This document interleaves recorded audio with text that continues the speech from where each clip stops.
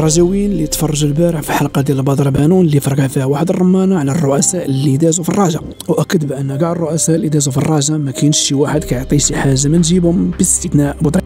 لكن من الرؤساء اللي شكرهم بدر بانون واعتبرهم من الاولين في التسيير رقم واحد هو جواد الزيات، لانه اكثر واحد ممكن يعطيك التقييم ديال اي مدرب ولا ديال اي رئيس هو اللاعب اللي كيكون دايز معاه. جواد الزيات بزاف ديال الناس ولا بزاف ديال المدونين حاولوا انهم يخسروا الصوره ديالو، لكن الارقام اللي غنهضروا عليها دابا غتاكد بان الزيات ما كانش خايب. الفتره اللي دوز جواد الزيات ما خرجتش خاويه، وقدر يحقق 3 ديال الالقاب البطوله وكاس الكاف وكاس السوبر الافريقي. هاد الارقام هذه كتحسب لجواد الزيات على المستوى الرياضي، كذلك الوصول الى نصف النهائي في عصبه الابطال، وكذلك الوصول الى ادوار نهائيه في كاس العرب او كاس محمد السادس للانديه البطله، وكذلك تمكين عدد من اللاعبين اللي كانوا في مدرسه ديال الرجاء للوصول الى الفريق الاول. كذلك من ضمن النقاط اللي كانوا عنده في المستوى الرياضي فتح التكوين اللي كان في الوزيز واللي كان مسدود في الفتره ديال الحسبان. اما على المستوى المالي فالزيات دار واحد الخطه ولا واحد الهيكله ديال الديون اللي كانت متراكمه من 2008، ورغم تداعيات كورونا وان الجمهور ما كيدخلش فرغم ذلك فانهى الموسم في احسن الظروف. اما على المستوى القانوني فالزيات والمكتب ديالو نجح بانه يصفي 12 نزاع مع الجامعه ومع الفيفا. اما على المستوى التسويقي والرقمي والاداري فحقق ارقام قياسيه في الفتره ديالو، وحققوا تقريبا على ما يزيد على 30 مليون درهم ديال الاستشهار والتسويق. المرحله ديال الزيات كتبقى مقبوله رغم انها عندها بعض السلبيات، لكن الايجابيات كثر بعض السلبيات وتدخين بعض العقود